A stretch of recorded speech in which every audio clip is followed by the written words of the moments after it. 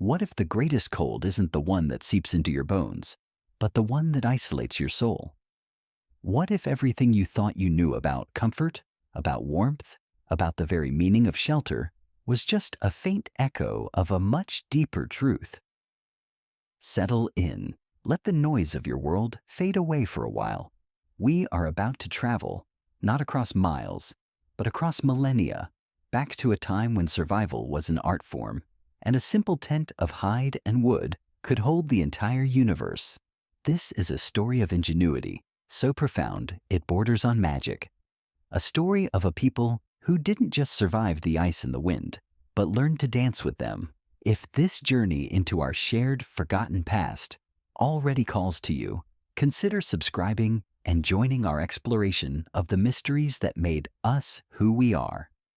For now, take a deep breath. We're stepping into a world blanketed by snow, illuminated only by starlight and the glow of a single sacred fire.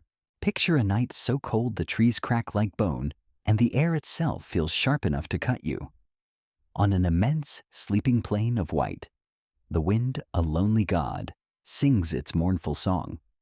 The stars are not gentle sparks, but brilliant frozen diamonds scattered across a velvet abyss. In this world of killing cold, a single structure stands, a perfect cone of animal hide, pointing toward the heavens like a silent prayer. This is the Sky Lodge, the breathing home of the sky riders of the endless grass. And inside, a family is sleeping soundly, their breath rising in steady, warm clouds. How, in a world that would freeze an unprepared person solid in minutes, did they create such a sanctuary? This isn't a story about architecture. It's a story about a relationship, a sacred pact between a people and their world. The Sky Lodge was not merely built, it was born.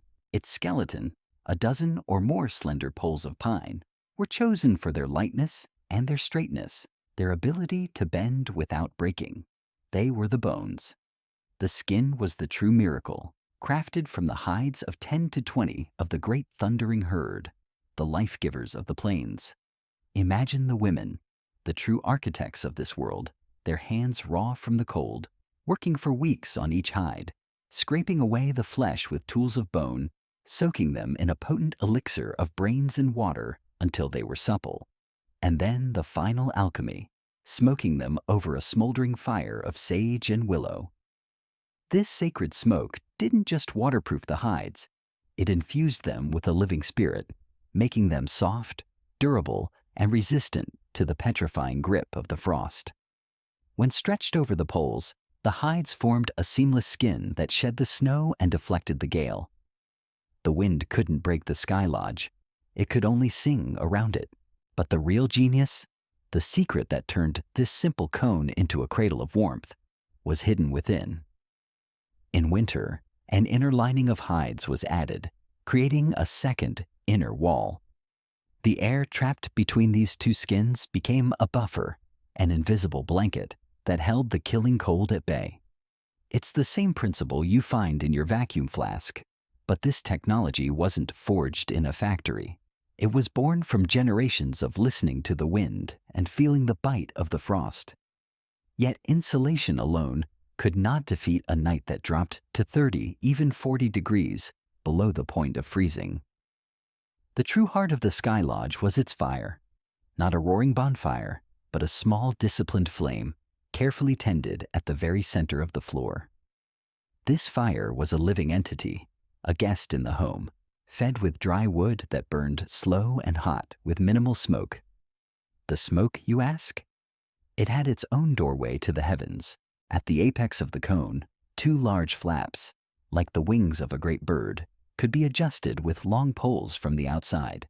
By angling these flaps into the wind, the sky riders created a perfect chimney, a natural draft that pulled the smoke straight up and out, while simultaneously drawing fresh, clean air in through small gaps left at the base of the lodge. It was a ventilation system so perfect, so elegantly simple, that the air inside remained clear and breathable, even as a blizzard raged outside.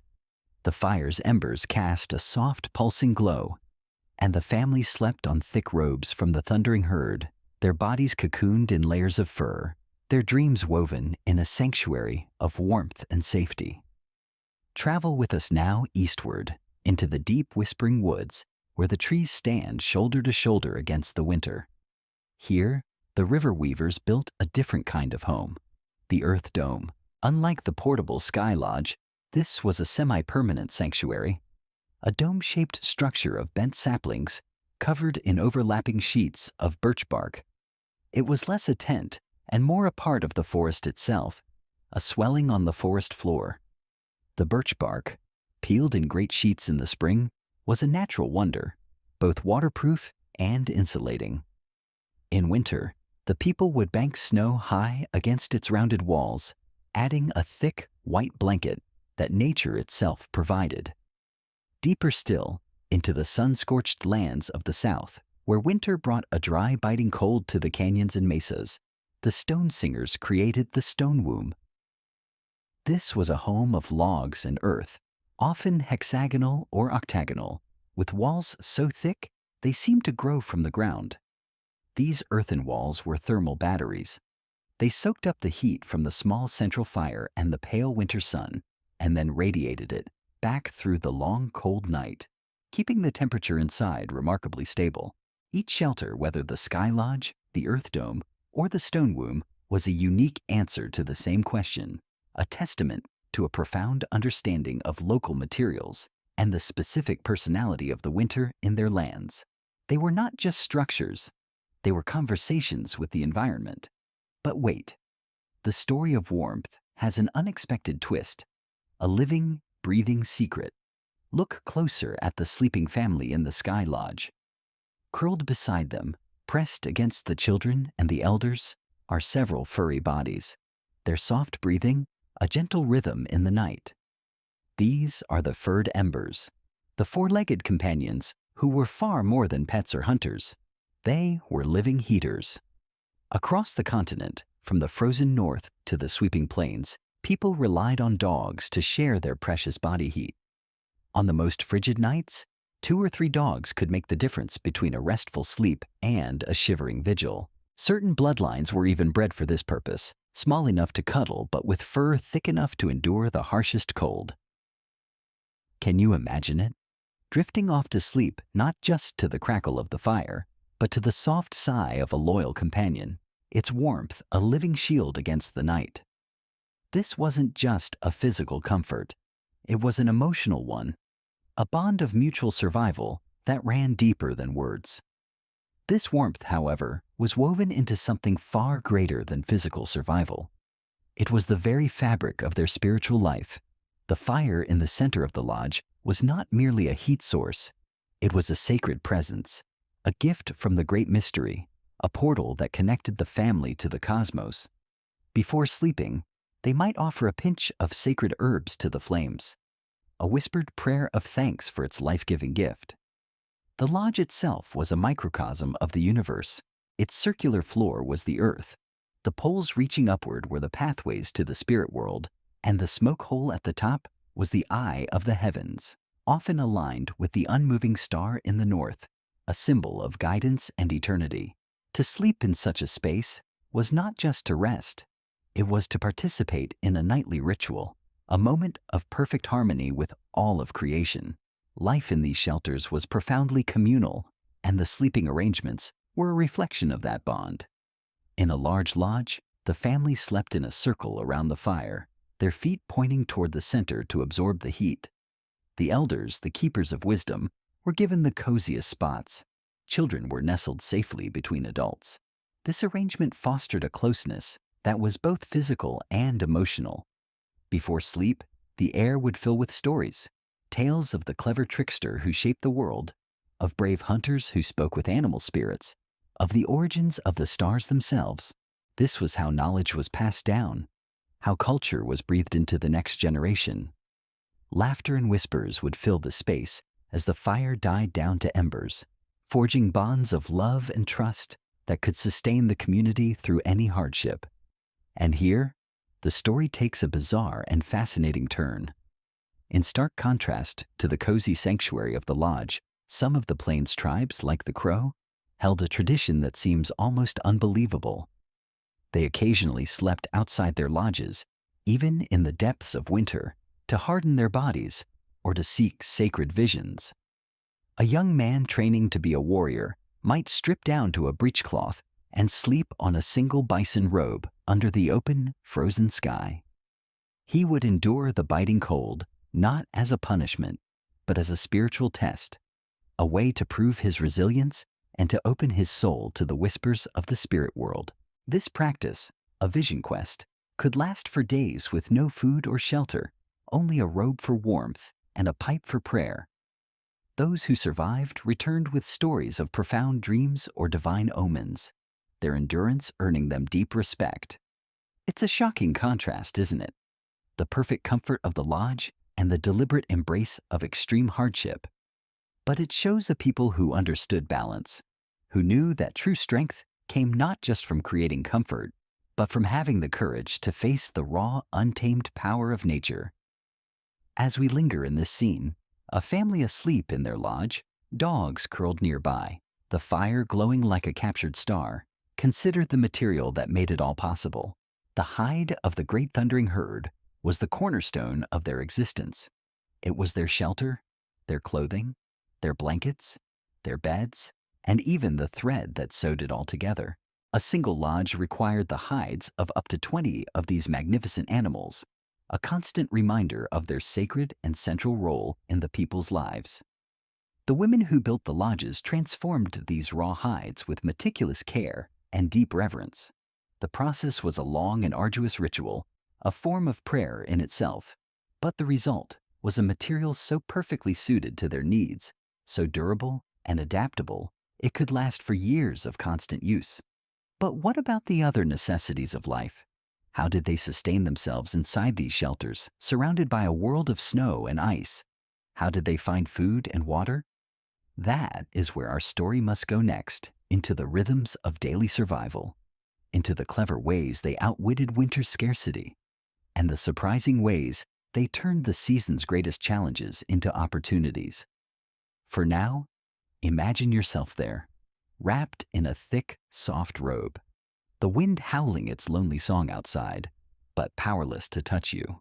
This was no mere tent. It was a fortress of warmth, a cradle of culture, and a stunning testament to the ingenuity of the human spirit. The lodge stands like a silent sentinel against the winter storm, its great hides taut and unyielding. The fire within casts a soft, flickering glow across the faces of a sleeping family. But survival during the brutal cold was not just about staying warm, it was about sustaining the very spark of life itself. Food, water, and the daily rhythm of existence had to be managed with meticulous foresight in a world where resources were buried and every calorie was precious. Let's step deeper now into the very heartbeat of their winter life, exploring how people like the sky riders, the river weavers, and the stone singers kept their families fed, hydrated, and thriving. Along the way, we will uncover surprising twists, ingenious techniques, unusual foods, and even a few daring practices that reveal the sheer brilliance and resilience of these ancient peoples. Food was the absolute cornerstone of survival, and they were masters of preservation, turning the vibrant bounty of summer into a lifeline for the long, lean months of winter. On the Great Plains, the sky riders depended almost entirely on the great thundering herd, the sacred animal that provided for their every need. A single one of these massive creatures could feed a family for weeks, but preserving that meat through the freezing months required a remarkable alchemy. After a successful hunt, it was the women who took charge of the butchering, using razor-sharp knives crafted from flint or bone to slice the meat into thin, ruby-red strips. These strips were then hung on wooden racks, exposed to the relentless wind and the pale winter sun, drying into a tough, leathery jerky that could last for months without spoiling. But the real magic, the true culinary masterpiece of survival, was a high-energy, nutrient-packed food you might call sunstone. To create it, women would take the dried meat and pound it into a fine powder using heavy stones.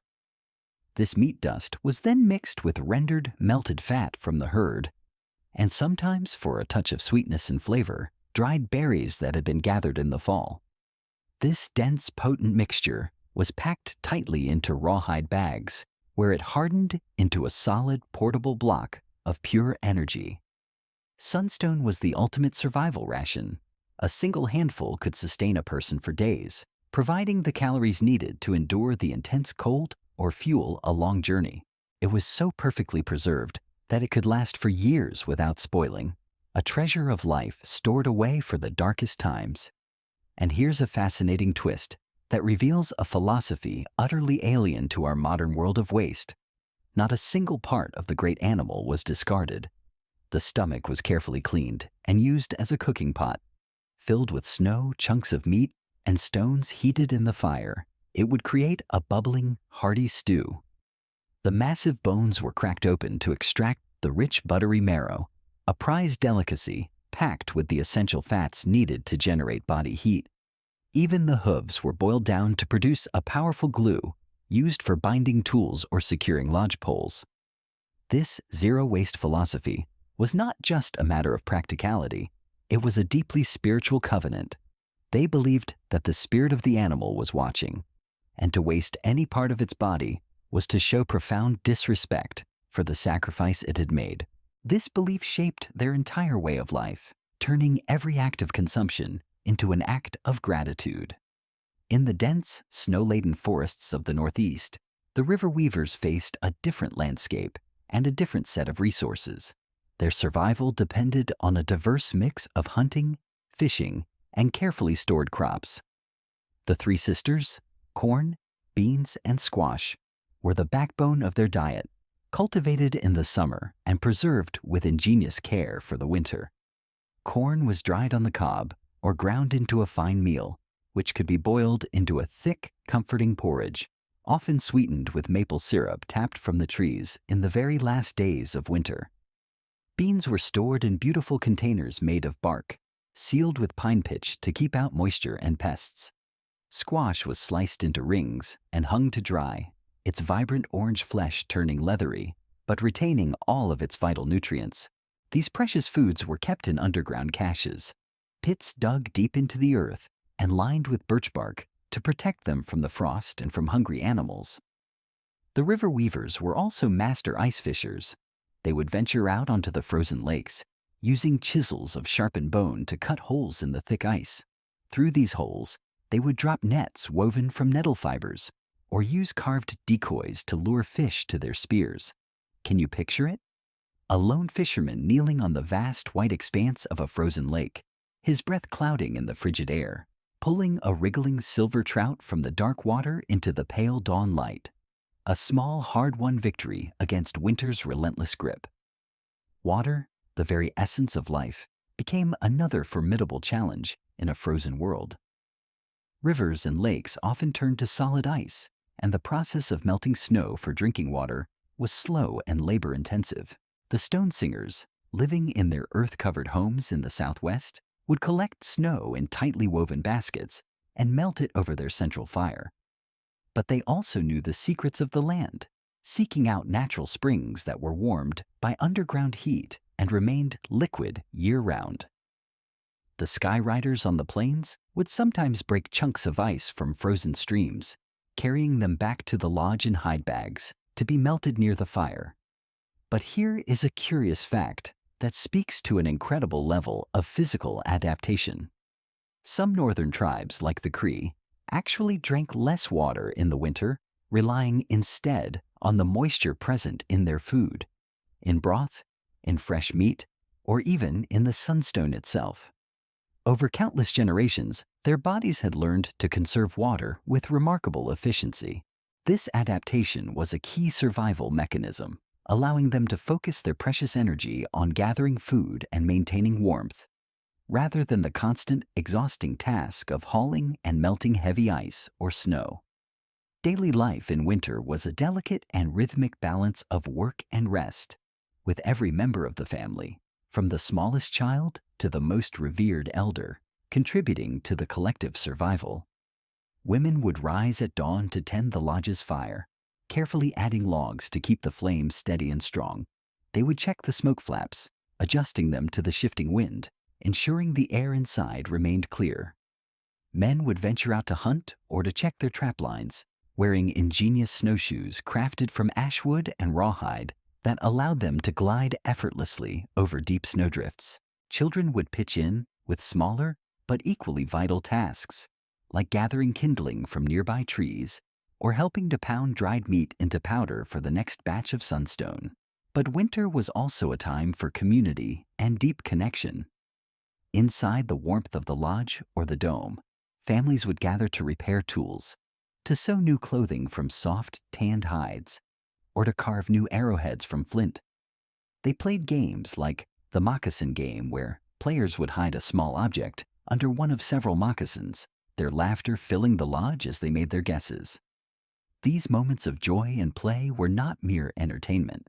They were essential for morale, strengthening the bonds that held the community together and keeping spirits high when the cold and the darkness seemed endless. Now, let's explore something truly wild, a practice that demonstrates an almost paradoxical relationship with the cold. The use of sweat lodges in the dead of winter. Many tribes built these small dome-shaped lodges, creating a sacred space for cleansing and renewal. Inside, stones were heated in a fire until they glowed red hot, then brought into the lodge and sprinkled with water, producing clouds of intense, purifying steam. Even in the most frigid temperatures, people would enter these lodges, stripped bare, and sit in the intense, suffocating heat, sweating out impurities while praying and singing. And then, afterward, they might step out of the lodge and roll in the snow or even plunge into a hole cut in the ice of a nearby stream. The shocking contrast was believed to invigorate the body and purify the spirit. This wasn't just a physical act of bathing. It was a profound spiritual rite, a ceremony of rebirth. It was especially common in winter, when the harsh conditions made spiritual resilience just as vital as physical survival. Can you imagine the sensation? Emerging from that steamy, dark lodge, your skin tingling as the snowflakes melt against it, feeling utterly, shockingly alive in the face of winter's icy bite. Clothing was, of course, another critical layer of survival. The people of the plains wore magnificent robes made from the hides of the thundering herd, with the thick fur turned inward for maximum warmth. Their moccasins were lined with soft dried grass or rabbit fur, and mittens made from deerskin protected their hands from frostbite. In the far north, the Inuit crafted parkas from caribou skin, with hoods ingeniously fringed with wolverine fur, which naturally resists the buildup of frost from one's breath. The stone singers, after the arrival of sheep with the Spanish, became master weavers, creating intricate blankets from wool that were both works of art and powerful insulators. But these garments were not just functional. They were expressions of identity, their designs telling stories of clans, of great hunts, or of spiritual beliefs. And here's a cool and slightly strange detail about staying warm. Some tribes used body paint as a form of insulation. The Blackfoot, for instance, would mix bear grease with red ochre and apply it to their exposed skin before venturing out into the cold. The grease created a barrier against wind and moisture, while the red ochre was believed to add a layer of spiritual protection. Picture a hunter, his face streaked with red, moving silently through the snow, his body shielded by a combination of natural ingenuity and sacred tradition. Winter brought unique dangers, like the ever-present threat of frostbite or starvation. The Cheyenne had a surprising remedy for frostbite. They would gently rub the affected area with snow to restore circulation, followed by an application of warm, never hot, bison fat to soothe the skin. To avoid starvation, tribes practiced strict rationing, but they also knew how to find food in the most unlikely of places.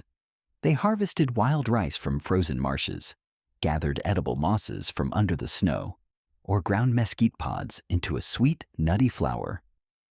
These hidden foods were lifelines in the leanest of times, proof of an intimate encyclopedic knowledge of their environment. The lodge glows faintly under a sky heavy with stars. its fire reduced to embers that cast soft shadows on the hide walls. Outside, the winter wind sings its low, mournful song. But inside, the family sleeps, wrapped in their robes, their bellies full, their dreams woven with the stories told before bedtime. For these people, surviving the cold was not just a matter of physical endurance. It was a spiritual journey, where every aspect of life was infused with meaning, guided by beliefs that connected them to the earth, the sky, and the unseen forces that shaped their world. For the Sky Riders, the lodge itself was more than a home. It was a living temple, a perfect reflection of the cosmos. Its circular base mirrored the sacred hoop of life, the horizon that contains all things. The poles that formed its skeleton were the sacred pathways that connected the earth to the heavens, and the smoke hole at its apex was the unblinking eye of the Great Spirit, a direct conduit to the world above. This alignment wasn't accidental. It was a deliberate act of placing the family at the very center of creation, in perfect harmony with the universe. Before sleep, the fire was not just fed wood, but was offered sacred plants, like cedar or sage. The fragrant smoke was believed to carry their prayers directly to the Creator. The simple act of tending the fire became a ritual, a quiet way of giving thanks for the gifts of warmth and life. Can you imagine a grandmother, her face lined with wisdom, sprinkling a pinch of dried sage into the flames, her soft words a whispered prayer for protection through the long, dark night? The spiritual life of winter was rich with ceremonies, many of which took place inside the shelter. The sweat lodge, that small dome of intense heat and steam, was a cornerstone of this life. As we've touched on, it tied the physical act of staying warm to the spiritual act of renewal. Participants entered the darkness of the lodge to pray, to sing, and to sweat, cleansing not just their bodies of dirt, but their spirits of doubt and fear. The steam was seen as the sacred breath of the earth, and the darkness inside represented the womb of creation, a place of rebirth. After hours of intense heat, they would emerge into the shocking cold of the snow, their bodies steaming in the frigid air, feeling utterly reborn. This wasn't just a way to get clean. It was a profound act of faith, a powerful reminder that life persists, that warmth can be found even in the heart of winter's icy grip. And here is something fascinating and a bit strange. Some tribes, like the Ojibwe, believed that winter was a time when the veil between the physical and spiritual worlds was at its thinnest. The long, dark nights were thought to make dreams more vivid, more potent, and more significant. In their earth domes, they paid incredibly close attention to their dreams, believing they carried messages from ancestors, from spirits, or from the Creator. An elder, a dream interpreter, might see a dream of a white owl as a warning of coming danger, while a dream of a great bear could signal a message of strength and healing for the community. To encourage these visions, some would practice a form of fasting before sleep, even in the depths of winter when food was scarce, eating only a small portion of their stored food. This fasting wasn't about deprivation. It was a spiritual discipline, a way to quiet the body and open the mind to the subtle whispers of the spirit world, inviting guidance for the entire community. The stone singers in their earthen homes had their own winter rituals, often centered around storytelling and healing ceremonies. The hogan's door always faced east to greet the rising sun, a daily symbol of hope and renewal. In winter, families would gather for intricate ceremonies to restore balance and harmony, known as hoju. A singer, a spiritual leader, would lead the family in complex chants that could last for days, using sacred items like corn pollen to bless the home and its inhabitants. During these ceremonies, they created breathtakingly intricate sand paintings on the floor of the hogan, depicting stories of creation and healing. These paintings were not meant to be permanent. They were temporary altars. And after the ceremony, the sacred sand was gathered and returned to the earth, its healing power having been absorbed by the participants. Picture a family sitting in the dim light of their home, the singer's voice rising and falling in hypnotic rhythm, the air thick with the scent of burning juniper, and the promise of renewal filling the sacred space. One particularly bizarre and powerful practice stands out: the use of the sacred pipe in winter ceremonies. Among the Plains tribes, the pipe was a powerful symbol of unity, a direct line of communication between the people and the Creator. In winter, when travel between bands was difficult, the pipe was often smoked inside the lodge during councils or prayers. Its smoke, visible and fragrant, was believed to carry their words and thoughts to the spirits.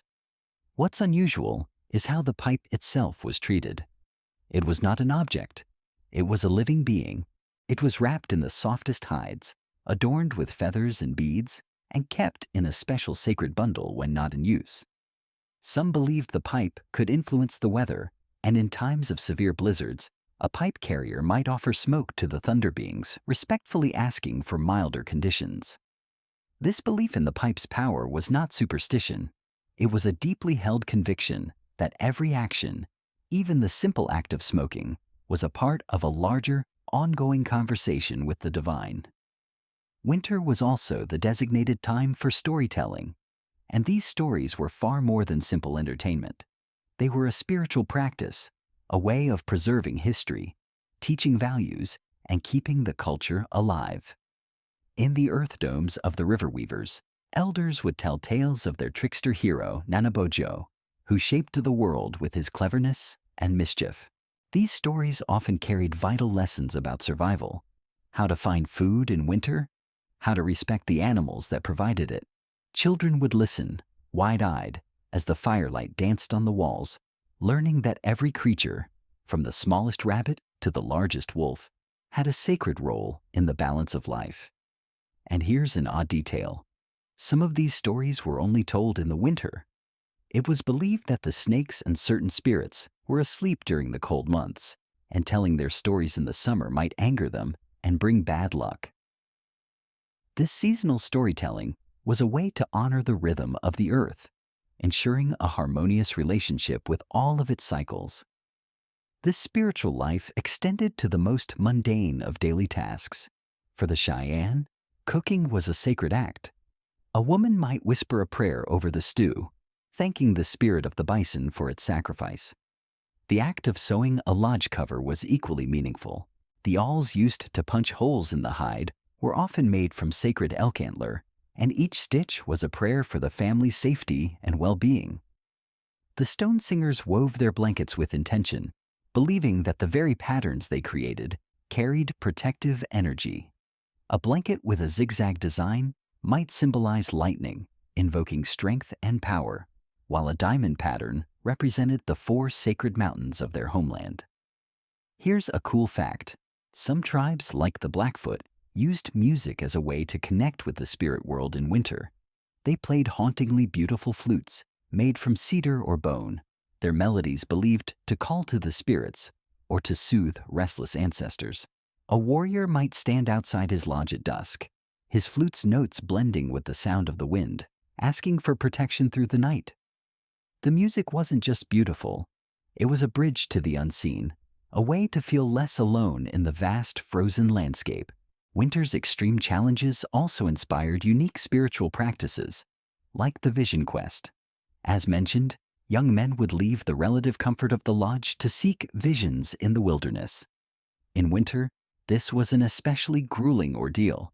They faced freezing temperatures and gnawing hunger to prove their courage and to receive guidance from the spirits. A vision of an eagle might signal a future of leadership, while a vision of a wolf could mean the gift of stealth and loyalty. These quests were not just for warriors. Women, too, sought visions, often near sacred sites like frozen rivers or cliffs. Their dreams and visions could shape their roles in the community as healers, leaders, or keepers of wisdom. As the family in the lodge drifts to sleep, the smoke from the fire curls upward, a visible thread carrying their silent prayers to the stars. The spiritual world was not separate from their daily lives. It was intricately woven into every moment, from the way they built their shelters to the stories they told around the fire. This profound connection gave them a strength that went beyond mere physical endurance. It turned the cold, dark months of winter into a time of deep reflection, connection, and spiritual renewal. Next, we will explore how they moved through this frozen landscape, from hunting to traveling, and the ingenious tools and techniques that kept them safe while on the move. The Sky Lodge stands steadfast in the snow-dusted plains, its smoke hole releasing a thin, ethereal wisp of warmth into the starry night. Inside, the family rests, their dreams filled with the echoes of ancient stories and sacred prayers. But life in winter was not confined to the shelter. These were a people often on the move, hunting, trading, or relocating to follow the rhythm of resources.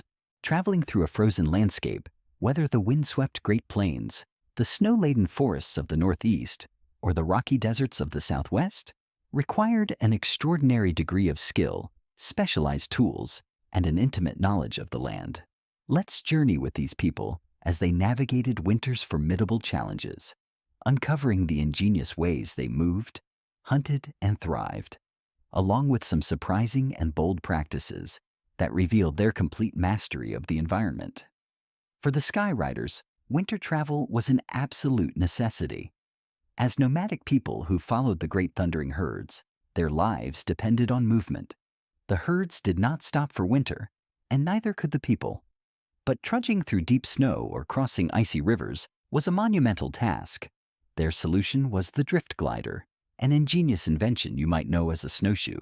Crafted from flexible frames of ash or willow and laced with a tight webbing of rawhide, these drift gliders distributed a person's weight, allowing them to float over deep snowdrifts that would otherwise swallow them whole.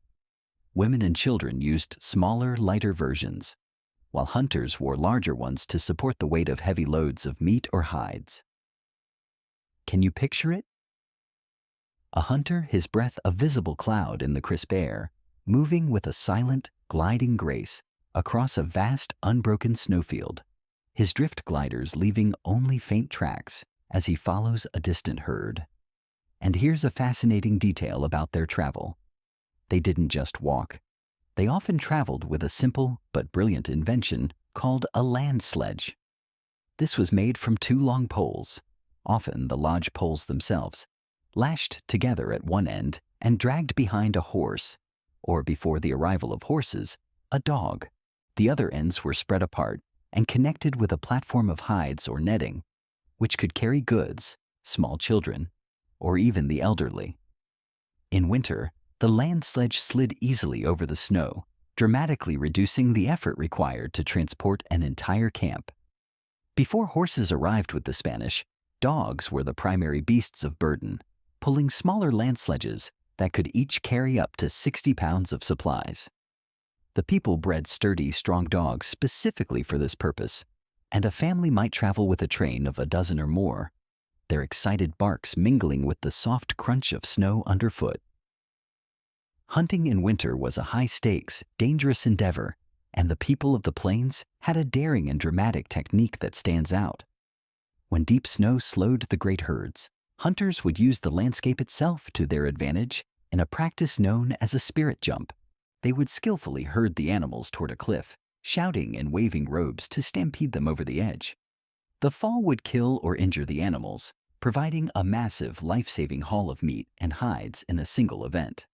Archaeological sites show the incredible scale of this method, with layers of bones piled deep at the base of these cliffs. What's wild is how the hunters prepared for the jump. They would disguise themselves in the hides of wolves or even young bison, perfectly mimicking the animal's movements to get close to the herd without spooking it. Imagine creeping through the snow, draped in the skin of a bison calf, your heart pounding in your chest as you help guide a thundering living avalanche toward its destiny. In the Northeast, the river weavers navigated dense, snow-blanketed forests, relying on a different set of tools. Their drift gliders were longer and narrower than those of the plains people, designed for better maneuverability among the trees. They also used toboggans, long flat sleds made of birch bark or wood, to haul game or supplies. Pulled by hand or by dogs, these toboggans glided smoothly over the snow, perfect for transporting a heavy deer or moose killed deep in the winter woods. The river weavers were expert trackers. capable of reading the most subtle signs in the snow. A single broken twig, a faint hoofprint, or a small patch of disturbed frost could tell them a story and lead them to their quarry. Their powerful bows, made from hickory or ash, were strung with sinew, which miraculously stayed flexible even in the coldest weather, and their arrows were tipped with razor-sharp points of flint or bone. Water travel didn't entirely stop in winter, and here's something surprising. Some tribes used the frozen lakes and rivers as highways. When the ice was thick and solid, they would walk or slide across, pulling toboggans loaded with furs or dried fish to trade with neighboring bands. To test the ice, they would tap it with long poles, listening for the deep, solid thud that signaled safety. If a river was only partially frozen, they showed incredible ingenuity by building temporary bridges from fallen logs or packed snow, a risky but sometimes necessary feat. They also crafted beautiful birch bark canoes, coating the seams with pine pitch to make them watertight for travel in early winter before the waters froze completely solid. Picture a canoe gliding silently through icy slush, paddled by fur-clad warriors, their faces set against the biting cold as they head to a winter trading rendezvous. The stone singers in the Southwest faced a different kind of winter landscape, arid, rocky, and often just dusted with a light snow. Their earthen homes were not portable, so their travel was often for herding sheep or trading their beautiful turquoise and woven blankets. They used sure-footed horses, introduced by the Spanish, to navigate the icy canyon trails, sometimes wrapping the horses' hooves in rawhide boots to protect them from sharp rocks. They carried precious water in tightly woven baskets sealed with pitch, a vital resource in a land where even the springs might freeze over. A stone singer rider draped in a heavy wool blanket might travel for days to reach a trading post, their horse's breath steaming in the chill morning air. One bizarre and brilliant practice stands out: the use of fire signals for long-distance communication during winter travel. The Comanche, masters of the southern plains, would light small controlled fires on hilltops, using green wood or wet hides to create thick plumes of smoke that were visible for miles. Different patterns, short puffs, or long continuous columns, could convey specific messages, signaling a successful hunt, warning of danger, or calling for a gathering. At night, they would use flaming arrows shot high into the sky to guide lost travelers back to camp. This silent language of smoke and flame was so effective that a message could travel across the vast, snow-covered landscape faster than any runner. Winter travel was never without peril. Blizzards could appear suddenly, blinding travelers, and frostbite was a constant, lurking threat. The plains people treated frostbite by gently rubbing snow on the skin to restore blood flow, then applying warm bear grease to soothe and protect it. To avoid getting lost in the vast, featureless plains, they used the stars as their infallible guides. The Big Dipper always pointed to the unmoving North Star, a celestial beacon for navigation. The forest people marked their trails with bent saplings or distinct notches carved into tree trunks, creating a network of paths that remained visible even under a heavy blanket of snow. These markers were more than just practical. They were a form of communal trust, a silent promise of safety left for others to follow. And here's a cool fact: some northern tribes sang traveling songs to keep their spirits high and to maintain a steady rhythm during long treks. These songs, passed down through generations, told stories of ancestors' journeys or praised the stark beauty of the winter land. A group of hunters, their drift gliders crunching in unison, might sing of a great moose hunt, their voices carrying through the silent, frozen forest, warding off fear and fatigue. The songs weren't loud or boisterous. They were soft, almost a whisper, blending with the sound of the wind as if the land itself were joining in the chorus. Trade was another important reason for winter travel. The Mandan people, in their large earth lodges on the upper Missouri River, hosted vibrant winter trade fairs. Tribes from all around would gather to exchange goods like bison hides for corn, tobacco, or obsidian, These gatherings were social as well as economic, filled with feasting, storytelling, and lively games played on the ice. Imagine the laughter echoing in the cold air as players slipped and slid while the elders bartered nearby, their hands warmed by a roaring fire. As our lone hunter returns to the Sky Lodge, his land sledge loaded with life-giving meat, the family stirs, ready to prepare the bounty. The stars overhead have guided his path, and the faint glow of his family's fire has welcomed him home. Travel in winter was not just about survival. It was a testament to courage, ingenuity, and an unbreakable connection to the land.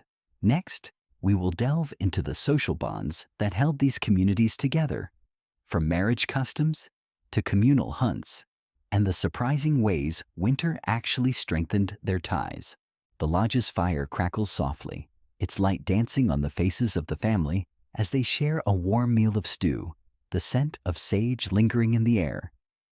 Outside, the winter night presses in, vast and cold, but inside there is a warmth that comes not just from the fire, but from the intricate bonds of community that hold the people together. For these ancient peoples, winter was not a time of isolation. Paradoxically, it was a season to strengthen social ties, to forge new alliances, and to celebrate the human connections that sustained them through the cold. From marriage customs to communal hunts, the tribes wove intricate networks of kinship and cooperation, creating a social fabric as strong and resilient as their shelters.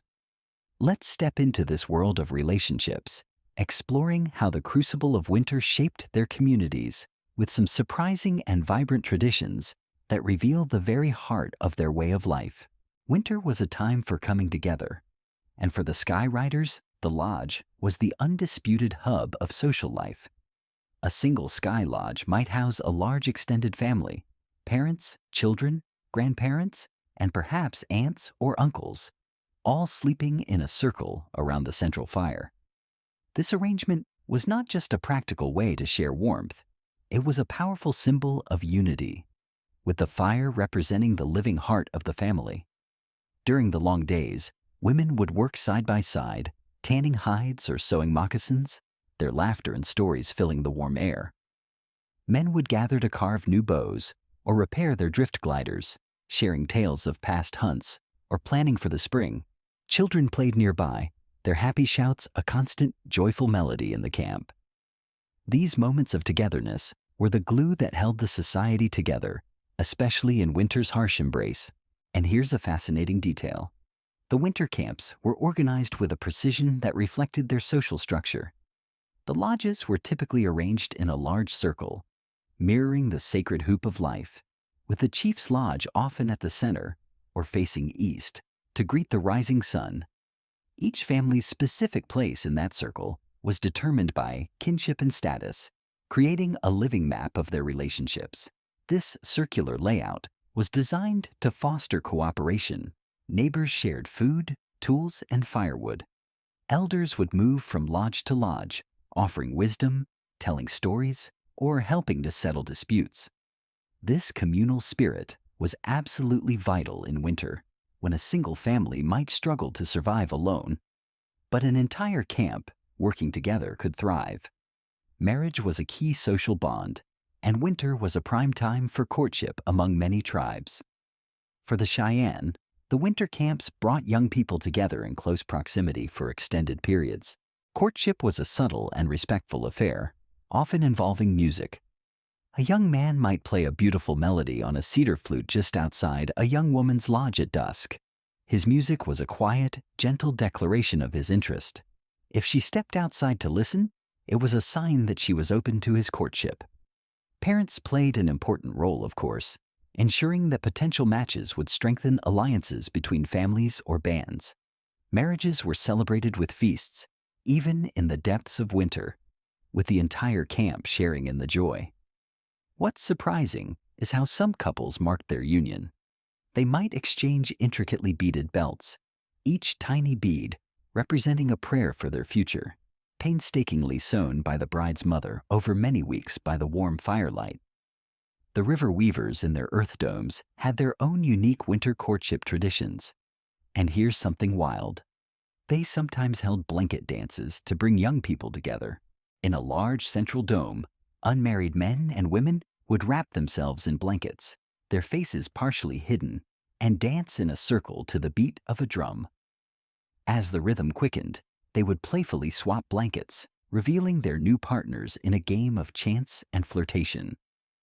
The elders would watch, chuckling as new sparks of romance ignited, knowing that these joyful dances could lead to marriages that would strengthen the entire community.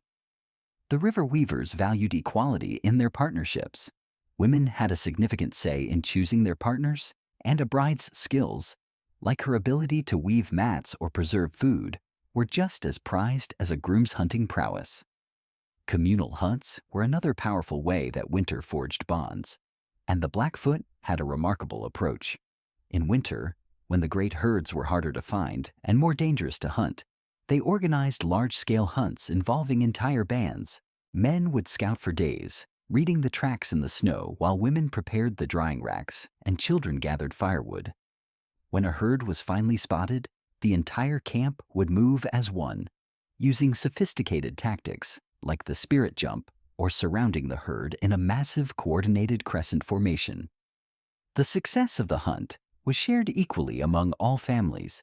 Every single person received a share of the meat and hides, ensuring that no one went hungry. What's cool is how they celebrated afterward. They would hold dances in a large lodge, with drummers chanting and the successful hunters reenacting the chase, their movements mimicking the powerful gallop of the bison. These dances were not just a celebration. They were a way of honoring the animal's spirit, ensuring that future hunts would be just as fruitful. The stone singers in their permanent hogans strengthened their social ties through winter trading and extensive kinship networks.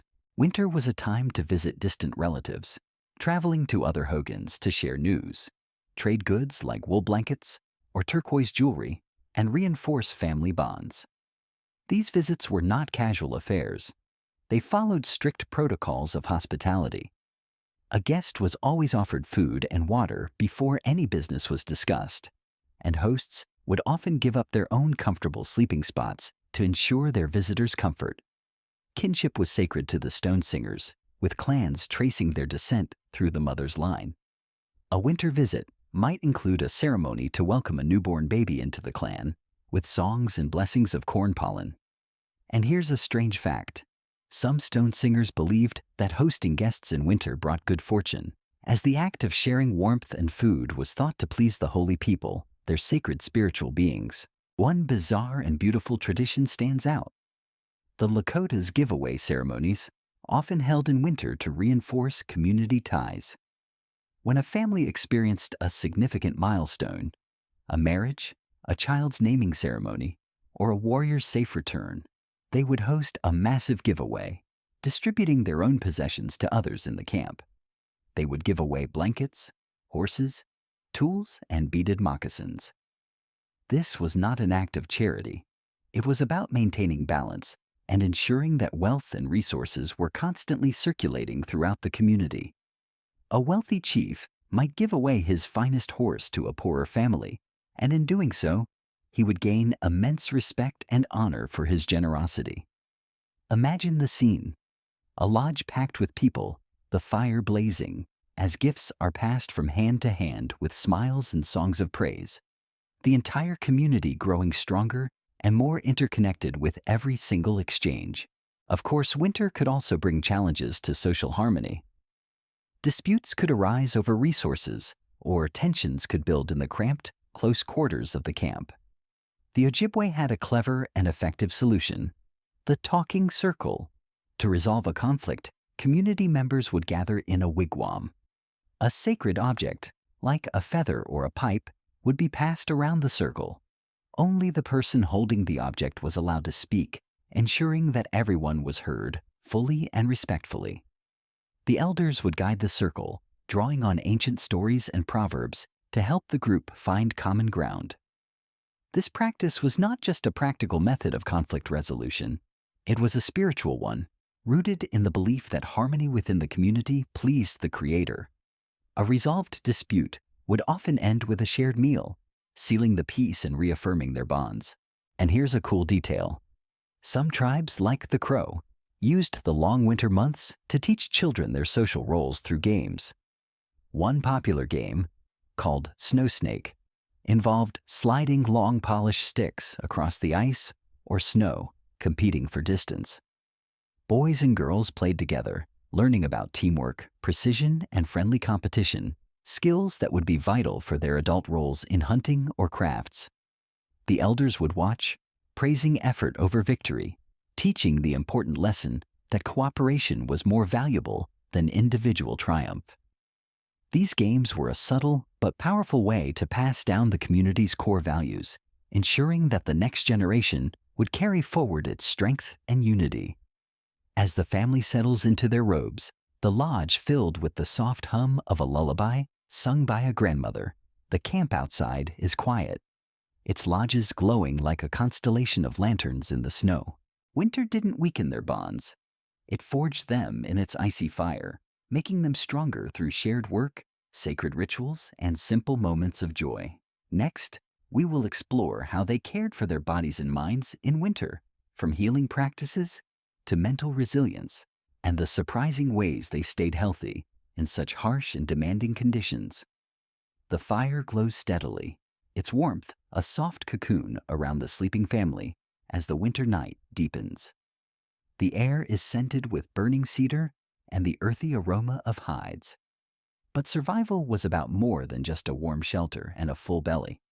It was about keeping the body healthy and the mind strong against the relentless siege of cold and darkness. The people developed remarkable healing practices and strategies for mental resilience, blending practical remedies with profound spiritual wisdom. Let's explore how they cared for themselves, body and soul, uncovering the ingenious medicines, rituals, and surprising traditions that kept them thriving in the harshest of seasons. Winter brought unique health challenges. Frostbite, respiratory illnesses, and the physical strain of a limited diet tested even the most robust individuals. The Plains people were skilled healers, using a vast pharmacopoeia of plants and animal products. For frostbite, they applied a soothing salve of bear grease mixed with crushed yarrow leaves, which reduced inflammation and promoted healing. Colds and coughs were treated with teas brewed from willow bark, a natural source of salicin, the compound later synthesized into aspirin, or from sage, which helped to clear congestion. These remedies were prepared right in the lodge, with women boiling water over the fire in containers made from an animal's stomach, the steam rising like a healing prayer. This deep knowledge of medicinal plants was passed down through generations, often by the women of the tribe, who could identify and harvest roots, barks, and berries, even from beneath a blanket of snow. And here's a fascinating detail. They used hot stones not just for cooking, but for healing.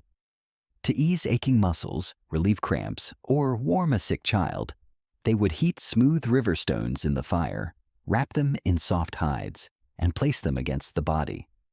This was an early and effective form of heat therapy, increasing blood flow and relaxing muscles, a simple but powerful way to combat winter's physical toll. Imagine a mother gently pressing a warm, hide-wrapped stone to her child's chest, singing softly as the penetrating heat soothes a deep cough. The lodge's fire casting a gentle protective glow over the scene. The river weavers in their forest domes had their own winter remedies, often drawn from the trees that sheltered them. They chewed on spruce needles, which are rich in vitamin C, to prevent scurvy, a common ailment when fresh fruits were unavailable. For fevers, they brewed a cleansing tea from cedar leaves, which was believed to purify both the body and the spirit. The river weavers also used their sweat lodges for healing.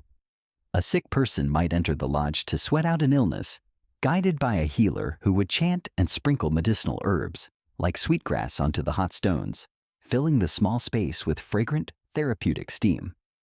What's surprising is how they managed infections. They would apply poultices of certain types of moss, which grew even under the snow and had natural antibacterial properties, to wounds or sores. This soft green moss, gathered from the banks of frozen streams, was a testament to their ability to find life and healing even in the most seemingly barren landscapes. The stone singers took a deeply holistic approach to health, believing that physical and spiritual well-being were inextricably linked. Their complex healing ceremonies were often held in winter, designed to restore balance, or hojo, to a person's life. A singer would lead chants over several nights, creating beautiful sand paintings that depicted healing stories from their cosmology. The participants would drink teas made from sagebrush or juniper berries, which were believed to purify the blood and spirit. And here's a strange fact. Some stone singer healers practiced a ritual form of healing by gently sucking on the skin over an affected area to symbolically remove the illness or negative energy, then spitting it into a bowl of ash.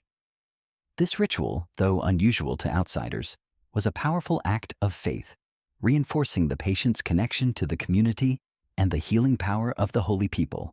Mental resilience was just as critical as physical health, especially during the long, dark months of winter. The Plains people fostered mental strength through storytelling. These were not just entertaining tales. They were lessons in courage, hope, and endurance. Elders told stories of great heroes who overcame impossible odds, reminding their listeners that winter, like all challenges, was a temporary part of the great cycle of life. They also practiced a form of mindfulness, sitting in quiet reflection by the fire, focusing on gratitude for the simple gifts of warmth, food, and family. This practice helped to ward off despair and keep spirits high, even when the snow piled deep outside the lodge. The Ojibwe had a unique way to combat winter's mental strain. Dream-sharing circles. Each morning, in the warmth of the wigwam, family members would share the dreams they'd had during the night. They believed dreams held important clues to a person's emotional and spiritual health. An elder might interpret a dream of a storm as a sign of inner turmoil, advising the dreamer to pray or make an offering to the spirits. This practice was not just therapeutic. It built deep trust and intimacy, as sharing one's dreams requires a profound vulnerability. And here's a cool twist. The Ojibwe crafted dream catchers in winter, weaving intricate nets of sinew and feathers to hang above their sleeping areas. These were not mere decorations. They were spiritual tools, believed to filter out bad dreams and allow only the good ones to pass through, ensuring a restful sleep and a clear, positive mind. The isolation of winter could strain even the strongest minds, but the stone singers countered this with communal work. In the hogan, families would weave their beautiful blankets together, the rhythmic clack-clack of the loom providing a soothing meditative backdrop to conversation. The act of weaving itself was a form of meditation, with each thread representing a prayer for harmony. They also held lively winter games, like a form of stickball played on the frozen ground, with teams of men and women competing fiercely. These games were a wonderful release for pent-up energy and tension, fostering camaraderie as their laughter echoed through the cold, crisp air. One bizarre and beautiful healing practice stands out. The Cheyennes' use of smudging to cleanse both the body and the mind. They would burn tightly bound bundles of sacred herbs, like sage or sweetgrass, wafting the fragrant smoke over themselves, over others, or throughout the lodge's interior to dispel negative energies or illness. During a winter sickness, a healer might smudge a patient while chanting softly, believing the smoke carried away spiritual as well as physical impurities.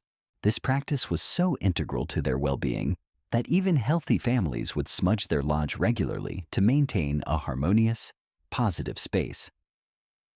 Imagine the scene. A Cheyenne elder waving a smoldering sage bundle, the thick aromatic smoke curling upward, blending with the fire's glow as the family breathes deeply, feeling cleansed and renewed. Children were taught resilience from a very early age, and the Blackfoot had a striking method. They encouraged their children to play in the snow, even barefoot, for short periods. This was not cruelty. It was a form of training, building their tolerance to the cold and teaching them a deep respect for nature's power. Afterward, the children would warm their feet by the fire, wrapped in soft rabbit fur moccasins, listening to the elders praise their bravery. This practice strengthened both their bodies and their minds, preparing them for a life of endurance and courage. Even their food choices played a role in their health. The Cree in their northern forests ate their preserved meat mixed with cranberries, which provided a powerful boost of antioxidants to their immune systems. The Apache would roast the hearts of agave plants, dug from under the snow, providing a sweet, nutrient-rich food that was a natural mood lifter. These small dietary choices were not random. They were part of a sophisticated, holistic system designed to keep the body strong and the mind alert. As the family drifts to sleep, the lodge's warmth and the memory of the healer's chant linger in their minds, a reminder that health was a delicate and beautiful balance of body, spirit, and community. Winter's challenges were met not with brute force, but with wisdom, turning to plant medicines and dream sharing, and creating a resilience that went far beyond mere survival. Next, we will explore how they adapted their very shelters and tools to the specific winter environments they called home, from the plains to the Arctic, and the surprising innovations that made their lives possible. The lodge's great hides rippled gently in the winter wind, the fire inside a steady heart of warmth. Outside, the plains stretch into a white infinity. But this lodge, this perfect cone, is a testament to an intelligence perfectly attuned to this specific place. Yet, across the continent, from the frozen forests to the arid canyons, different peoples faced wildly different winters, each demanding unique solutions. The Sky Lodge, the Earth Dome, the Stone Womb, and even the snow houses of the far north were all masterpieces of environmental design, each a unique conversation with the cold. Let's journey across these diverse regions, exploring how they crafted their shelters and tools to conquer winter, with some surprising innovations that reveal their deep, symbiotic relationship with the land. On the Great Plains, the Sky Lodge was a marvel of portability and warmth. The hides that formed its skin were not just durable, they were meticulously prepared to resist winter's bite. The smoking process made them waterproof and, crucially, resistant to cracking in the freezing temperatures. The conical shape was pure genius. It shed snow easily, and its narrow top minimized heat loss. The inner lining created an insulating air pocket, and the adjustable smoke flaps allowed for perfect ventilation. But here's a fascinating twist that shows their active relationship with the elements. They oriented their lodges based on the prevailing winds. During severe storms, they would bank snow high around the base, using the storm's own ammunition as a defensive wall against drafts. This was not a passive endurance of winter. It was an active dialogue with it, using wind and snow as allies. Imagine a woman stepping out at dawn, her breath a cloud to adjust the smoke flaps, fine-tuning her home's breathing for the day ahead. In the Northeast, the River Weaver's Earth Dome was built for a different kind of winter, one dominated by heavy wet snow and dense forests. These were semi-permanent homes. The dome shape was ideal for bearing the weight of heavy snow, and the birch bark shingles repelled water. Inside, they hung woven mats of cattail reeds for extra insulation. These mats were lightweight, yet incredibly effective at trapping heat, while still allowing the walls to breathe, preventing the buildup of dampness and mold. What's surprising is how they used the forest itself as a tool. They always selected campsites sheltered by a thick stand of evergreen trees, which acted as a natural windbreak and reduced the accumulation of snow. They drove stakes deep into the frozen ground, sometimes using a heated stone to thaw a hole first to secure their homes against the winter gales. This meticulous attention to detail turned the Earth Dome into a snug, dry haven, even as the snow piled feet deep outside. In the Southwest, the Stone Singer's Hogan was a fortress against the region's cold, dry winters. The thick earthen walls had incredible thermal mass. They absorbed heat from the central fire and the pale winter sun during the day, and then slowly released that heat back into the interior throughout the long night, keeping the temperature remarkably stable. The door always faced east, a daily welcome to the morning sun's warmth and a spiritual symbol of renewal. And here's a wild innovation.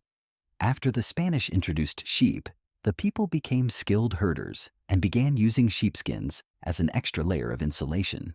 They would line the walls or cover the doorways with these thick, woolly pelts, which trapped heat and added a soft, cozy texture to the interior.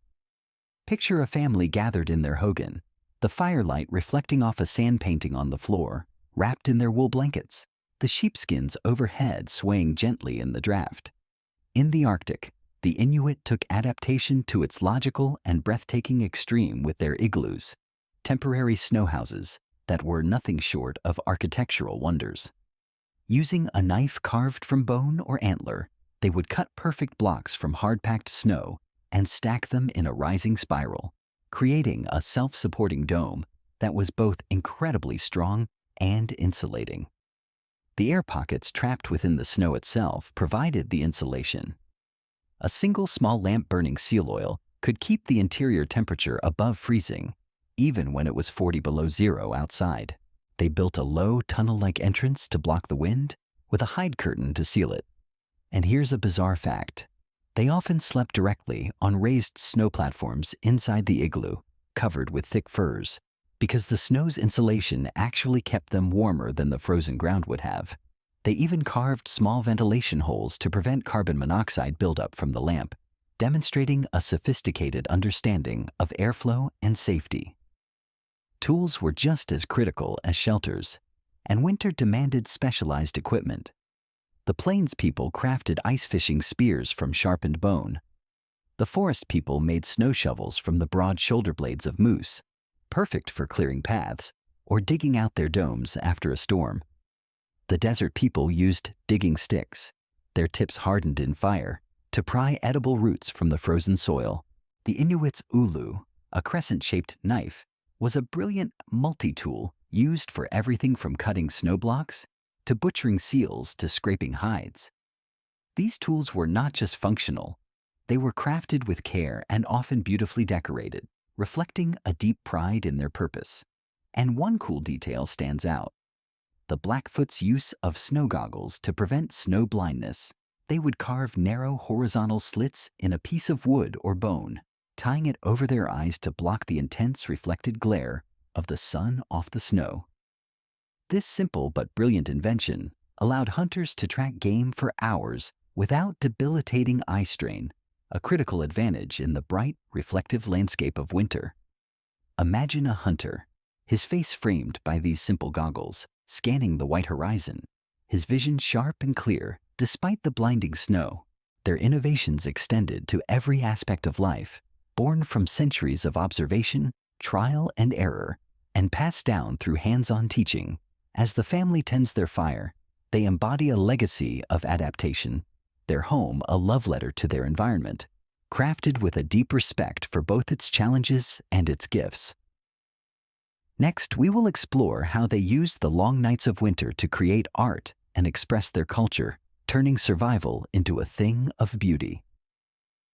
The fire burns low, its embers a warm golden heart in the center of the lodge, casting light across the family as they settle into their robes. The wind hums outside, but within, there is a different kind of hum, the quiet sound of creation. Fingers threading beads, a soft voice weaving a story, the faint scratch of a bone tool carving wood. Winter was not just a time for survival, it was a season of profound creativity. The long dark nights became a canvas for tribes like the Sky Riders, the River Weavers, and the Stone Singers to create art and express their culture.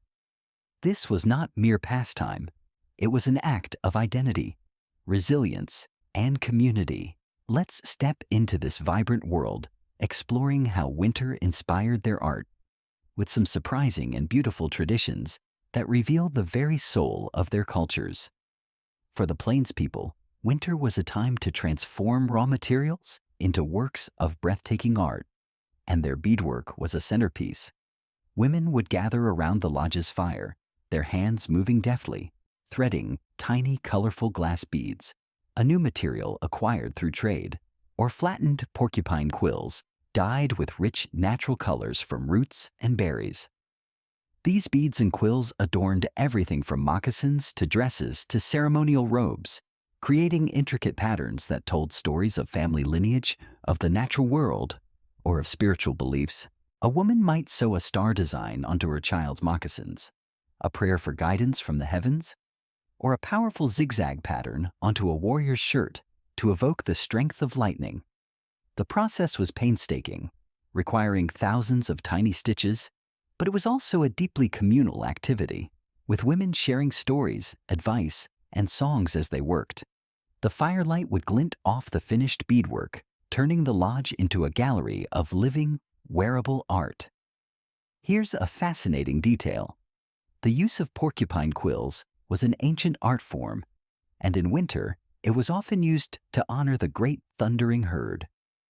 The quills were softened in water, dyed brilliant red with choke cherry juice, or vibrant yellow with sunflower seeds, and then folded and stitched into intricate geometric designs on soft bison hides.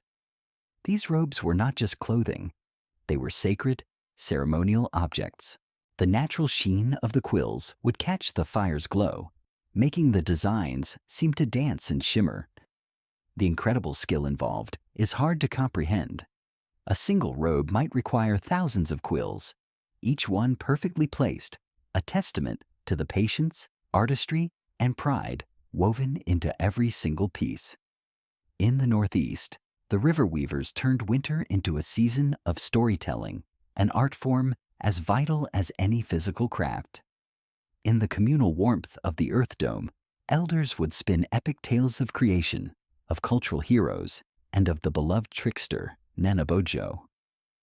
Their voices would rise and fall with the crackle of the fire, holding the entire community spellbound. These stories were the tribe's library, preserving their history, teaching vital survival skills, and reinforcing their core values. A tale about a hunter outwitting a bear might teach children to be clever and to respect the power of wildlife, while a story of a community surviving a harsh winter through unity would inspire hope and cooperation.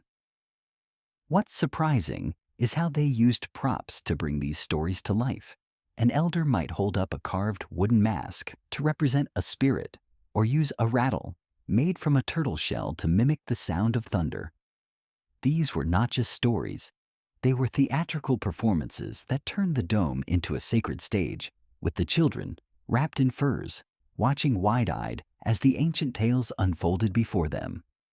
The river weavers also crafted beautiful baskets in winter, weaving them from thin splints of ashwood or from birch bark.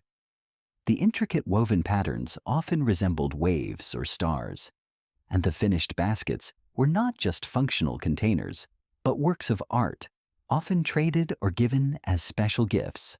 And here's a cool twist.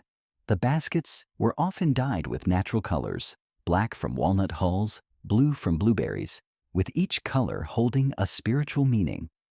A basket might take days to weave, its maker singing softly as she worked, infusing the object with her intention and her spirit. In the Southwest, the Hogan of the Stone Singers became a workshop for weaving, an art form that reached its zenith in the quiet months of winter. With the seasonal tasks of herding and planting paused, the women would spend countless hours at their looms, crafting magnificent wool blankets and rugs. The loom itself, a simple but elegant frame of cedar poles, was set up inside the hogan, where the fire's warmth kept their fingers nimble. Using natural dyes, indigo for deep blues, cochineal insects for brilliant reds, sagebrush for soft greens, they wove complex geometric patterns that symbolized the sacred mountains, the power of lightning, or the 4 cardinal directions. These textiles were both practical, serving as warm blankets and saddle covers, and sacred, believed to carry a protective energy. A weaver might whisper a prayer as she worked, asking for harmony to be woven into each thread.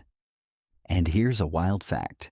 The weavers would intentionally include a spirit path in their rugs, a small deliberate flaw in the pattern, often a single thin line leading to the edge. This path was believed to allow the weaver's creative spirit to escape the rug, preventing it from being trapped within its own creation. Imagine a woman pausing at her loom, her eyes tracing the spirit path, ensuring that her work honors both her artistry and her spiritual freedom. In the Arctic, the Inuit turned the long winter darkness into a canvas for carving. Using simple tools, they would carve bone, walrus ivory, or soft soapstone into exquisite miniature figures of animals, spirits, or hunters. These small sculptures, illuminated by the soft glow of the seal oil lamp in their igloos, were not just decorative. They told stories or served as powerful amulets, believed to bring luck in the hunt or protection from harm. And what's bizarre is how they used these carvings in winter games. Small figures would be tossed in a game of skill, where players tried to catch them on a pointed stick, blending art with play to lift their spirits during the long dark nights. Music was another vital winter art form. The drum was the heartbeat of the Plains tribes. Men would craft drums from hollowed cottonwood logs, stretching rawhide across them and painting them with sacred symbols. The deep resonant rhythm of the drum, played during winter ceremonies, would echo through the camp, calling the community together. Flutes, too, were carved from cedar or bone, their haunting notes played by young men as a form of prayer or courtship. And here's a cool detail. Some of these flutes were carved with tiny holes shaped like stars, a physical manifestation of the belief that the music could reach the heavens, carrying their prayers with each note. Winter art was rarely a solitary pursuit. It was a communal act that strengthened the bonds of the community. Women would hold sewing circles, sharing gossip and advice as they worked on their beadwork. Men would carve together, passing tools and stories back and forth. These acts of creation were acts of love, tying families and tribes ever closer. As the family works by the firelight, the lodge becomes a sanctuary of creation, its inhabitants turning simple hide, wood, and wool into profound expressions of who they were. Winter's darkness didn't dim their spirits, it ignited their imaginations. Next, we will explore how they used this time to plan for the future, passing down knowledge and ensuring that their way of life would endure. The fire casts a steady, unwavering glow, its warmth a promise against the snow falling silently outside. The air is rich with the scent of cedar and the quiet murmur of voices. Winter was not just a season of survival or creation. It was a crucial time of preparation, a moment to look ahead to the spring and ensure that the great cycle of life would continue. The people used the long, cold months to plan for the future, from repairing their tools to teaching the young, all while meticulously preserving their sacred traditions. Let's step into this world of foresight and wisdom, exploring how they prepared for the seasons to come with some surprising and thoughtful practices that reveal their vision for continuity and renewal. For the Plains people, winter was the season to ready the tools and resources needed for the spring's demanding activities. Inside the lodge, men would sharpen arrowheads, chipping flint or obsidian into razor-sharp points, their work illuminated by the firelight. Women would repair the great bison robes, stitching tiers with sinew and reinforcing the seams to withstand another season of hard wear.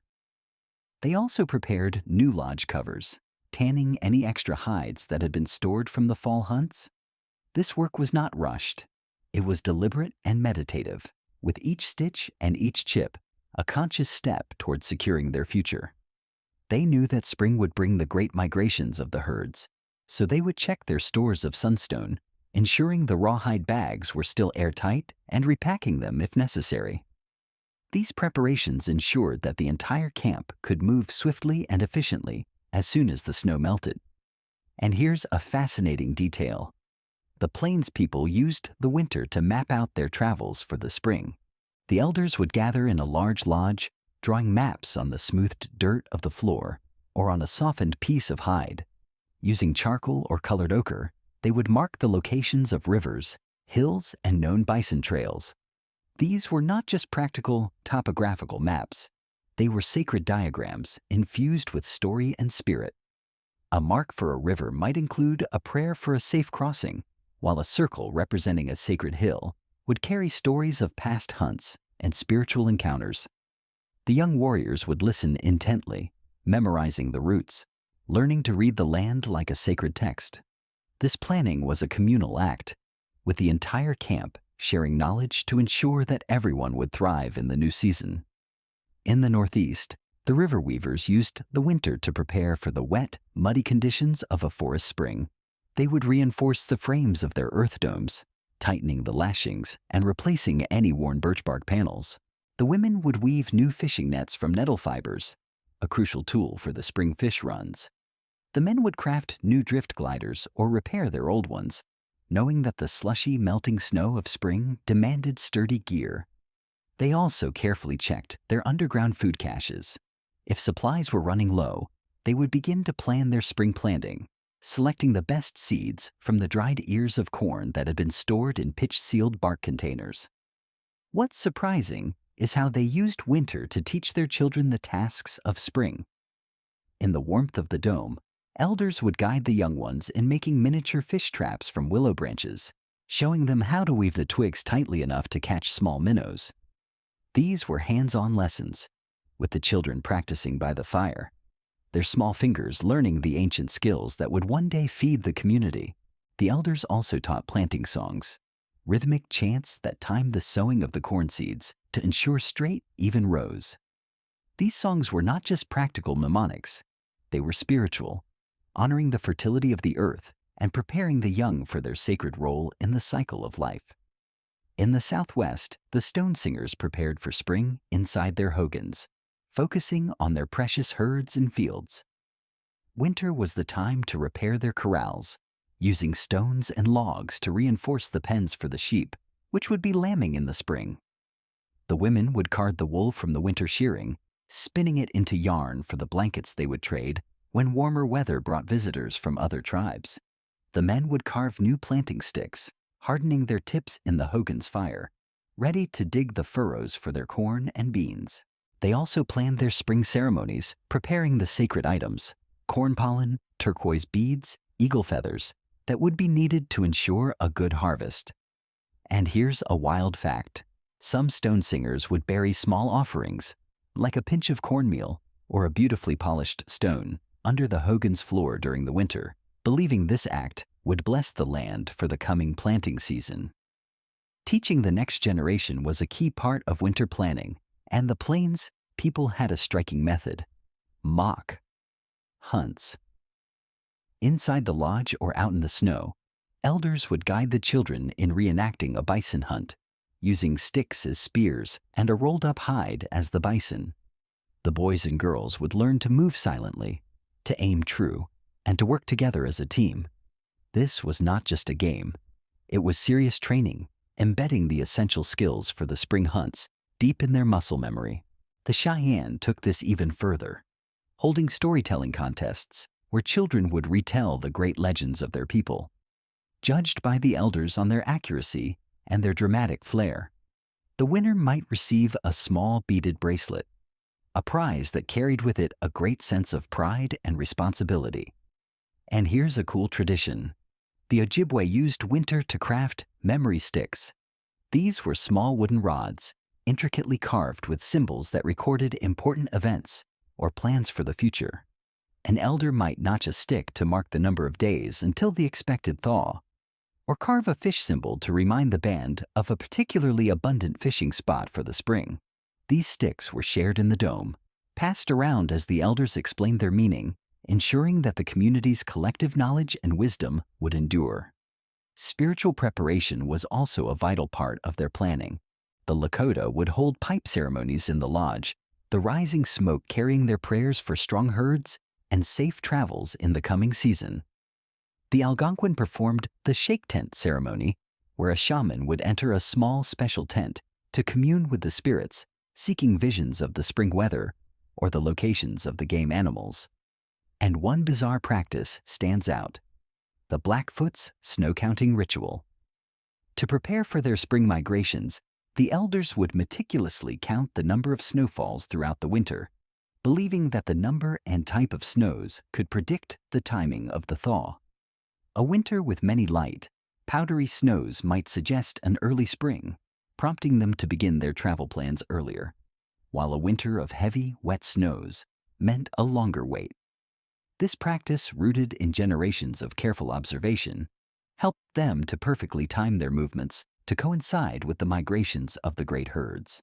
As the family works by the fire, sharpening tools, weaving nets, teaching their children, the lodge hums with a quiet sense of purpose. Winter was a time to look forward, to mend and to plan, ensuring that spring would bring renewal, not struggle. Their preparations were a beautiful blend of practicality and spirituality, a delicate balance that kept their way of life vibrant and enduring. Next, we will explore how they celebrated winter itself, finding joy and meaning in the heart of the cold. The fire glows with a steady warmth, its light flickering across the family as they gather close, their voices soft with laughter and song.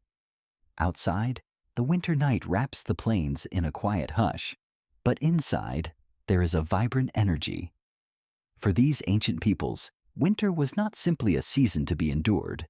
It was a time to celebrate, to find joy in the cold and darkness through festivals, rituals, and shared moments of deep connection. They transformed the harshest months into a time of gratitude, renewal, and community, filling their shelters with music, dance, and story. Let's immerse ourselves in this vibrant world, exploring how they honored winter with traditions that were as joyful as they were meaningful, uncovering some surprising and spirited practices that reveal the heart of their celebrations. For the Plains people, winter was a time for great communal gatherings that turned the lodge into a stage for celebration. One of their most cherished events was the winter feast, held in a large, specially prepared lodge decorated with painted hides depicting great hunts or the starry sky.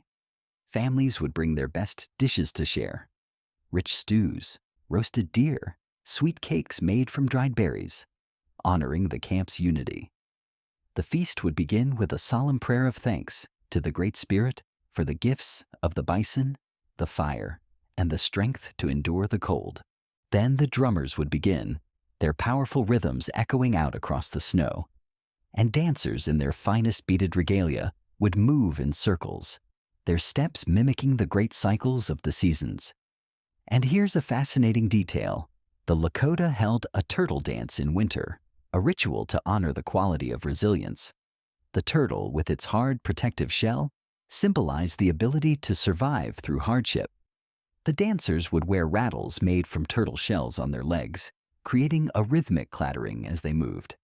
The dance was not just symbolic, it was also practical, keeping their bodies warm through energetic movement and their spirits high through shared laughter and music. Imagine the scene: a lodge packed with people, the fire blazing as the dancers spin, their rattles a joyful chorus, while the elders nod in approval, their faces lit with pride. In the Northeast, the Algonquins celebrated winter with a multi-day midwinter ceremony. This was a time to thank the spirits for their survival thus far and to pray for the spring's return. The large ceremonial dome would be adorned with fresh evergreen boughs, their scent a reminder of life amid the cold. A central fire would burn brightly, and participants would offer tobacco or cornmeal to the flames, their prayers rising with the smoke. Storytellers would take center stage, recounting the great tales of creation, while drummers and singers added rhythm and song. What's surprising is how they included games in these solemn ceremonies. One game involved a snowball toss, where children and adults alike would hurl snowballs at targets, their laughter fostering a sense of unity across the generations. In the Southwest, the Stone Singers celebrated winter with their great nine-night ceremonies, which were both healing rites and joyous celebrations.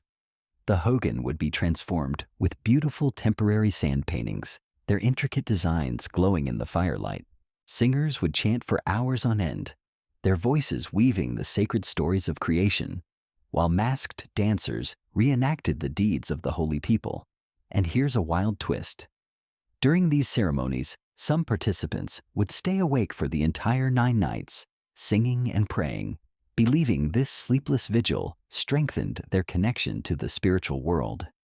One bizarre and beautiful celebration stands out: the Cheyennes' Arrow Renewal Ceremony, held in winter to prepare for the spring hunts.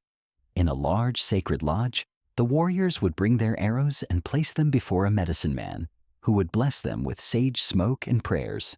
The warriors would then renew their arrows, refletching them with fresh eagle feathers and sharpening their points.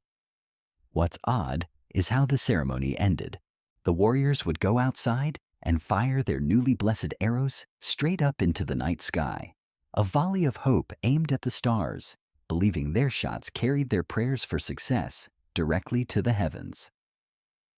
Music was a cornerstone of all winter celebrations. The Blackfoot used the winter months to practice the sacred songs for their great summer Sundance ceremony. Inside the lodge, the singers would teach the complex songs to the young people, the powerful melodies accompanied by the beat of rawhide drums. This was how the most sacred traditions were kept alive, ensuring the next generation would know the songs. And here's a cool fact. Some singers used song sticks, small carved batons, to keep the rhythm, their soft clicks blending with the music like a steady heartbeat. Winter celebrations also included games that brought joy and warmth. The Ojibwe played a form of ice hockey on the frozen lakes, using curved sticks to hit a puck made of bone. Men, women, and children would all join in, their laughter echoing in the cold air. The games were not just fun. They built teamwork and endurance, skills that were vital for their survival. Children were central to all winter celebrations, learning their culture through play. They made small figures of animals or spirits from snow, painted with berry juice. They held their own storytelling circles, earning praise from the elders for their efforts. These were not frivolous activities. They were how the traditions were passed on, ensuring they would endure. As the family joins the winter feast, their voices rising in song, the lodge pulses with life. The drum beats, the shared food, the sacred dances, all of it celebrates winter not as a foe, but as a partner. A season that, for all its harshness, strengthens the spirit and binds the community closer together. Next, in our final chapter, we will explore how they connected with the natural world in winter, living in a profound and surprising harmony with their environment. The lodge stands resolute against the winter's chill, its hides glowing faintly under a star-dusted sky.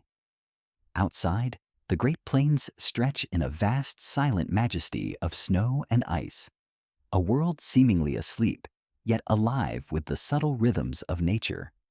For these ancient peoples, winter was not a force to be conquered, but a partner to be understood, a season that demanded respect, observation, and reciprocity.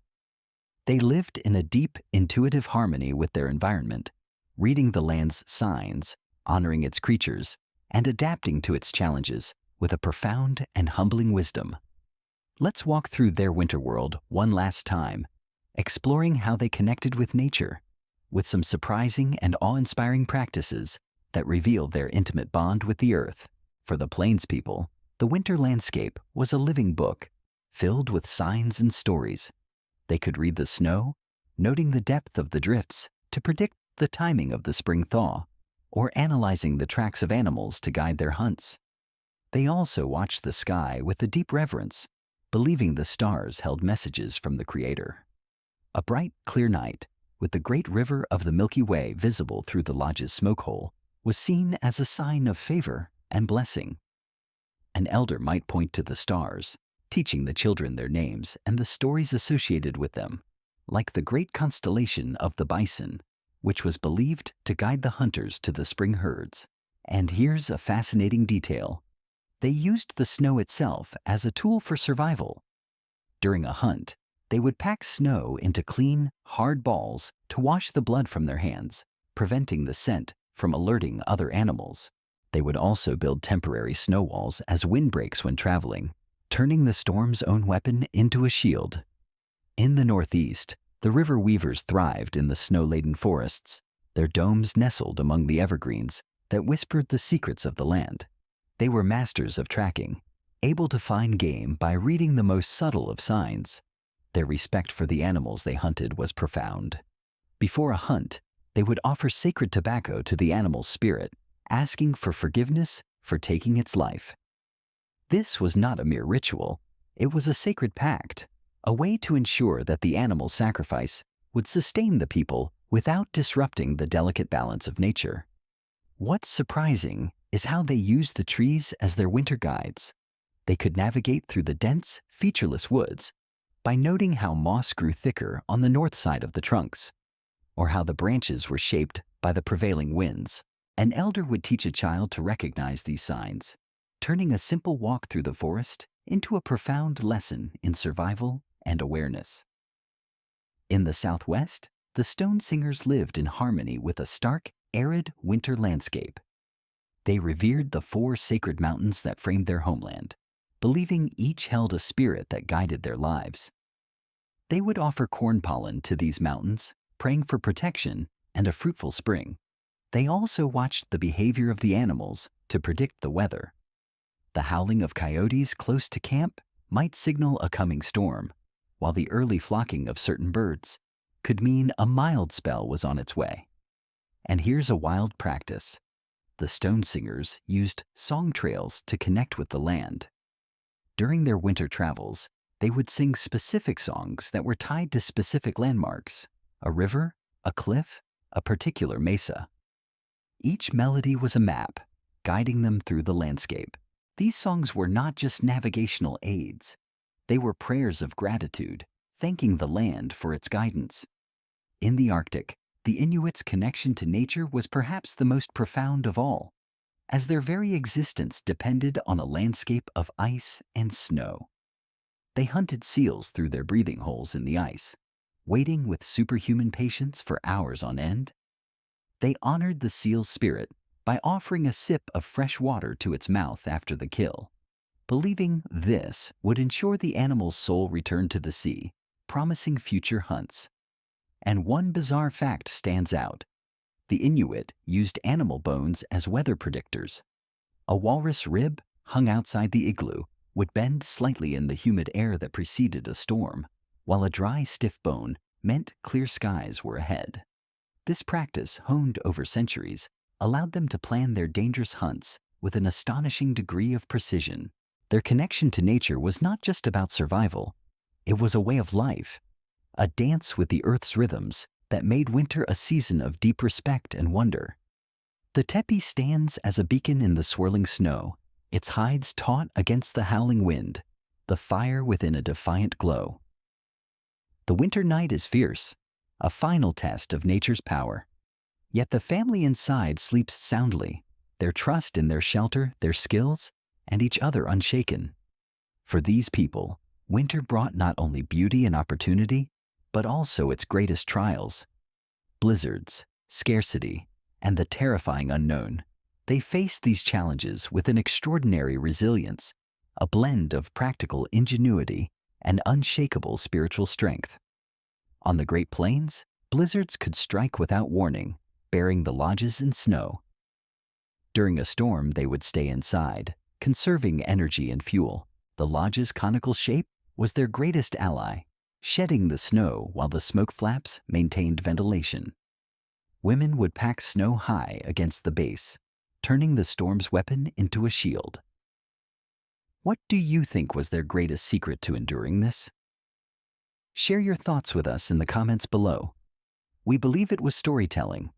Trapped for days, families would gather around the fire, and elders would spin tales of legendary heroes, keeping spirits high and reminding their listeners that their ancestors had survived far worse. The children, huddled in their robes, found their fears eased by the rhythm of the elder's voice. In the forests, heavy snowfalls could collapse the domes. The people were proactive, clearing the snow from their roofs and digging paths between the shelters to connect the camp. When food ran low, they relied on their carefully rationed underground caches.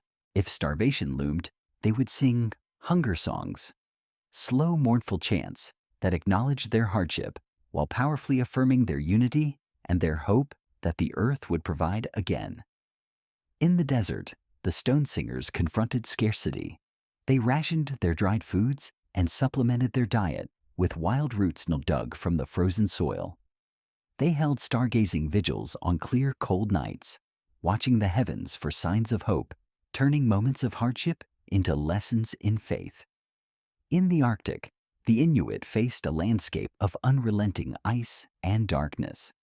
Their precisely built igloos, their careful rationing of seal oil, and their deep knowledge of the ice kept them safe.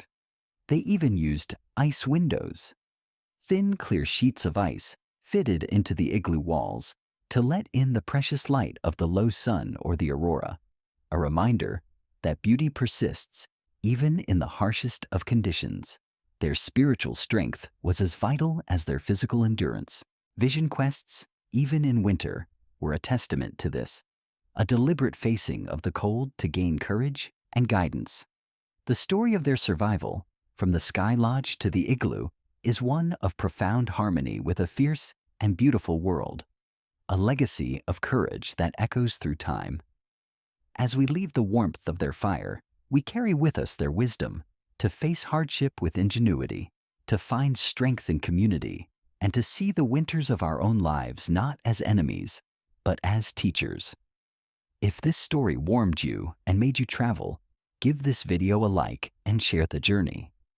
It is in remembering their resilience that we may better find our own.